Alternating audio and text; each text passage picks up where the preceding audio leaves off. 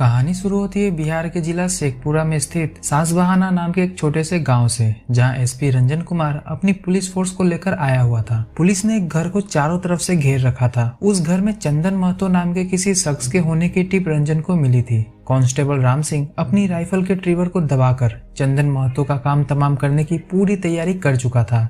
देर थी तो बस ऊपर के ऑर्डर की, जिसके इंतजार में एसपी रंजन रुके हुए थे।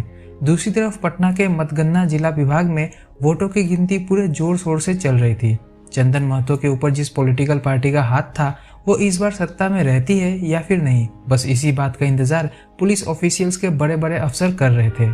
कुछ ही देर की गिनती के बाद चंदन महतो वाली पार्टी को विजेता घोषित किया जाता है और तुरंत एसपी रंजन को खबर मिल जाती है कि उसे चंदन को अरेस्ट नहीं करना है। एसपी रंजन खुद को और बिक चुके बड़े बड़े अफसरों को अंदर ही अंदर कोसता हुआ अपनी पुलिस फोर्स के साथ वहां से चला जाता है। पर आखिर ये चंदन महतो है कौन और एसपी रंजन उसे पकड़ने के लिए आखिरकार इतना बेताब क्यों था? साथ ही साथ किसी पॉलिटिकल पार्टी का किसी क्रिमिनल से क्या लेना देना हो सकता है? आपके इन्हीं सब सवालों का जवाब जानने के लिए हमें कहानी में थोड़ा पीछे जाना होगा। ये बात तब की है जब आईपीएस ऑफिसर अमित लोढ़ा की पहली पोस्टिंग बिहार में हुई थी। अपनी वाइफ तनु को साथ लेकर अमित बिहार जाने के लिए ट्रेन से रवाना हो जाता है। दोनों ट्रेन में सफर का आनंद ले ही रहे होते हैं कि तभी बगल वाले बर्थ पर बैठे दो लोग इस तरह के इररिलेवेंट सवाल पूछने शुरू कर देते हैं। लगता है हनीमून से वापस आ रहे हैं, कैसा रहा, कहाँ गए थे बाबू?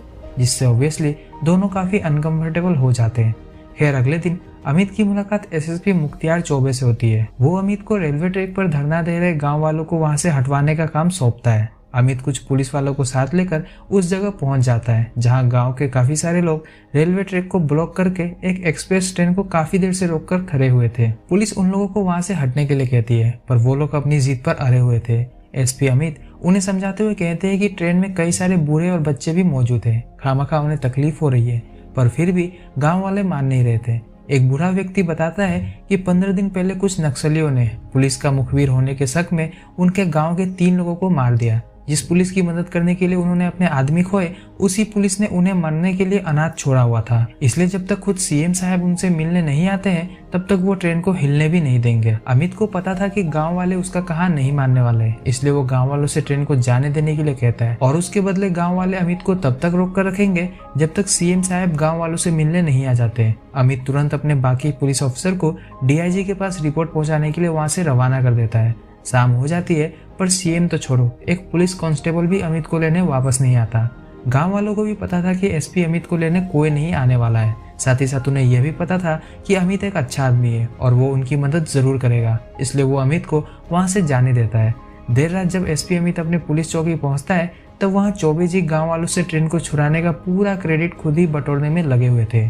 एक 2 साल बाद अमित की पोस्टिंग पटना में हो जाती है, जहां से 120 किलोमीटर दूर स्थित शेखपुरा में चंदन महतो नाम का एक व्यक्ति अवनी बाबू नाम के एक आदमी के पास ड्राइवर की नौकरी के लिए आया हुआ था।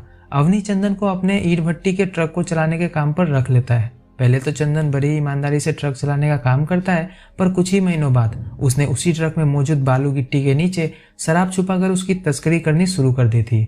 एक दिन जब वो शराब की डिलीवरी करने कुछ लोगों के पास जाता है, तब वो लोग चंदन को एक किडनैपिंग में उनकी मदद करने के लिए कहते हैं।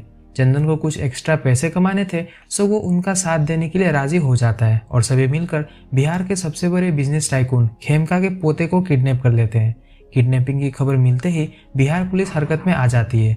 डीआईजी से लेकर एसपी सबकी नींद उड़ चुकी थी और तुरंत एसपी अमित लोढ़ा के कंधों पर अगले 24 घंटे में इस केस को सोल्व करने की जिम्मेदारी सौंप दी जाती है।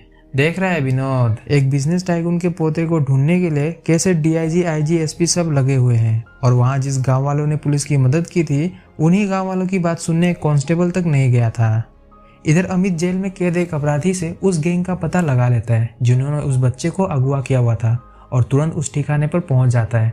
फिर देखते ही देखते किडनैपर्स और पुलिस के बीच आर पार वाली फायरिंग शुरू हो जाती है। इस दौरान चंदन बड़ी ही चालाकी से वहां से निकल भागता है, पर उसका पीछा कर रहे हवलदार उसके साथ भाग रहे एक साथी को मार गिराते हैं। एसपी अमित ने शूटेड साइड का ऑर्डर पहले से ही दे रखा था।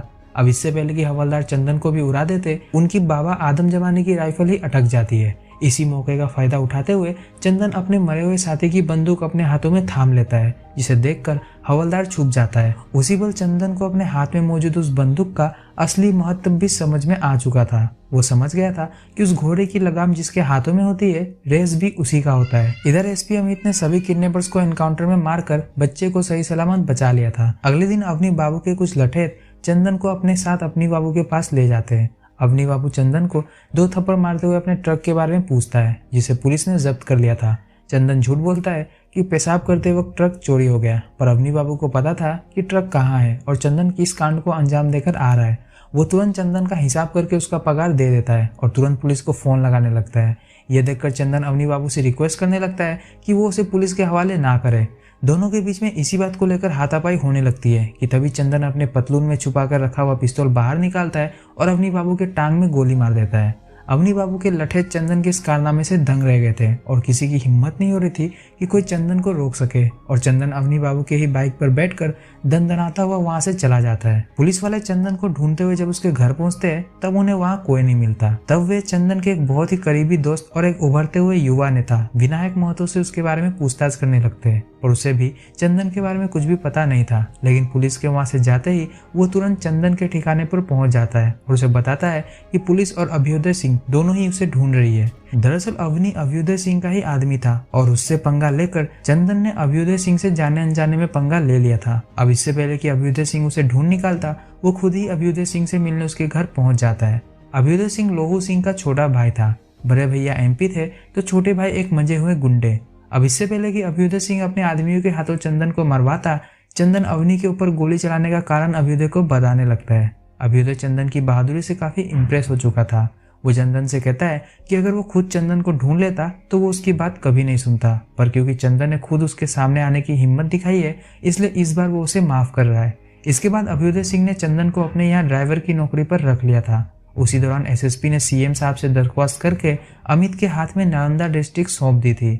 नए एसपी के आते ही लोहू सिंह अपने छोटे भाई के साथ एसपी का स्वागत करने एसपी ऑफिस पहुंच जाता है। वहां थाने में अभ्युदय की झड़प भरता से हो जाती है, जो कि ओपोजिशन पार्टी के विधायक का खास आदमी था। भरता इसी बात का बदला लेने के लिए कुछ दिनों बाद अभ्युदय और उसके आदमियों पर जानलेवा हमला करता है, पर अभ्युदय बच निकलता है। अब क्योंकि भरता ने आग लगा ही दी थी तो अभ्युदय भी कहाँ पीछे रहने वाला था। वो भी अपने गैंग के साथ भरता के ठिकाने पर पहुंच जाता है, जहाँ भरता अपने आदमियों के साथ नाच पार्टी करने में व्यस्त था। अभ्युदय चंदन और बाकी को साथ लेकर भरता पर धावा बोल देता है और भरता सहित 4 अन्य आदमी को मौत के घाट उतार देता है।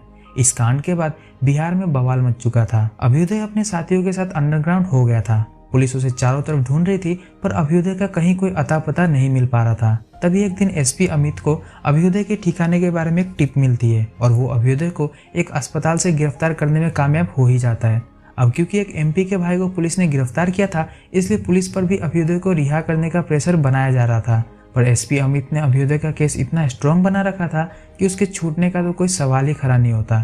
तभी वकील साहब अभ्युदय से कहते हैं कि अगर कोई छोट जात का व्यक्ति अपने ऊपर उस कांड की सारी जिम्मेदारी ले लेता है तो अभ्युदय इस केस से आजाद हो सकता है। अभ्युदय की गैंग में सिर्फ चंदन ही था जो एक पिछड़ी जाति से बिलोंग करता था। वो चंदन से वादा करता है कि एक बार वो बाहर निकल जाए तो वो चंदन को भी बाहर निकलवा लेगा।